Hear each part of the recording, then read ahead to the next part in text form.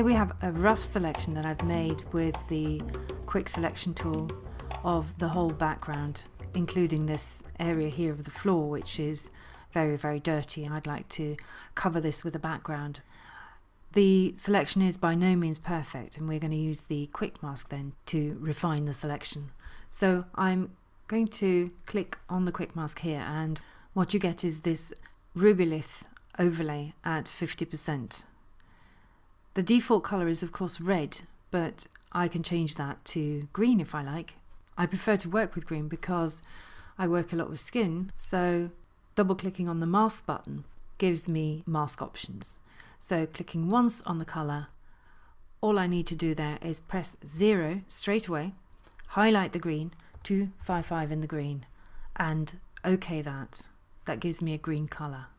Pressing OK takes me out of the quick mask, so I have to press Q to get in there again. First of all, I'm going to zoom in and see if I can eliminate some area of spill. So I'm going to take the brush tool and actually making sure here that I take quite a hard brush and just making sure that the opacity and flow are both at 100. I'm sampling the green, just alt clicking or option clicking on the green. That means I sample that color and we paint over these areas. Having now filled in the missing bits, I'm going to soften the edges a bit. Filter, blur, and Gaussian blur. First I want to blur it for the edges of the face and the sharp edges. I'm going to press 2 and move the dialogue away to see the edges here. Well, it looks pretty good on 2. I think maybe we can get away with 1.8 here. Now I'm going to set the source for the history brush and then blur. I want to use the history brush later down the line to reference this state.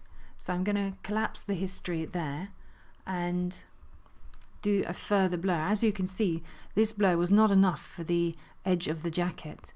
So going filter blur again and Gaussian blur, and much stronger this time. I think I'm going to go about 8.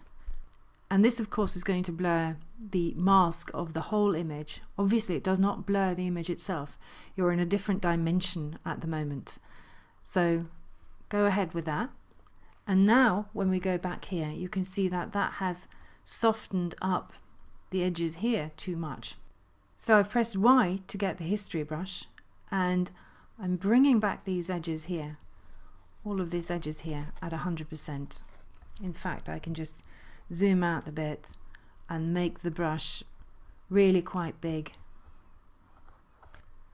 I can now skim it along the edge of the top of the jacket to just bring a little bit of that sharpness back here, but not too much. All of these things will be refined further if needs be in the layer mask that we're actually going to use in the end. Another thing that I often use in masks is a gradient. In this image there's really no need to put a background on the top part of the image, so I'm going to economize a little bit here. I'm going to press D to reset my swatches and going to the gradient tool, making sure that the gradient is here on the second gradient and on linear. I'm going to use the foreground color as black. That's what I've already set, and pulling the gradient to about here. I think for now we're finished in the quick mask, so we can exit the quick mask pressing Q. Select and save selection because we're going to make use of it later, and I'll call it floor. Deselect, Command D, put a blank layer on top of the image, and I'm going to now just fill this with black, so edit, fill, and use black.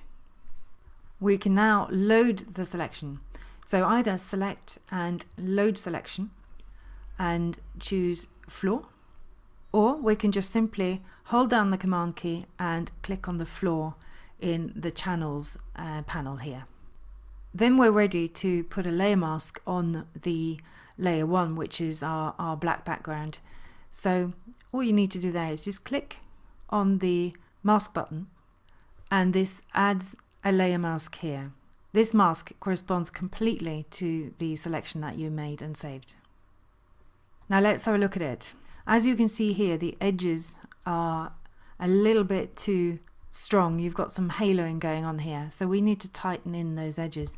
Again, I think it would be wise to set the source for the history state to rescue some of the top here. And before you go to the filter that I'm going to use, check that you do have a frame around the mask. That means the mask is active. So we go to Filter, Other. In this case, we go to Maximum. I think here about 8 or maybe 9 pixels will do the job. So, okay that. As you can see, we've now shrunk the girl, so we need to rescue her face a bit. I'm using the history brush again, making sure that the settings here are on 100% opacity and flow, and all I need to do is paint back these areas and just try and make a nice transition here on the edges.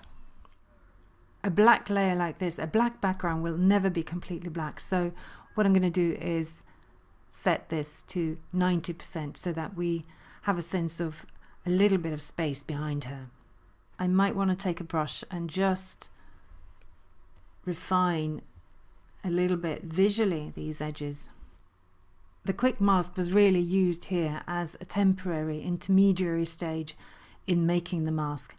I wouldn't have absolutely needed to use it, but it's useful because you can see the underlying image as you work with it, and I prefer to work with the green as opposed to the Rubylith overlay. You can in fact now look at your mask using the little eye here and check whether you've got any missing bits and fix those.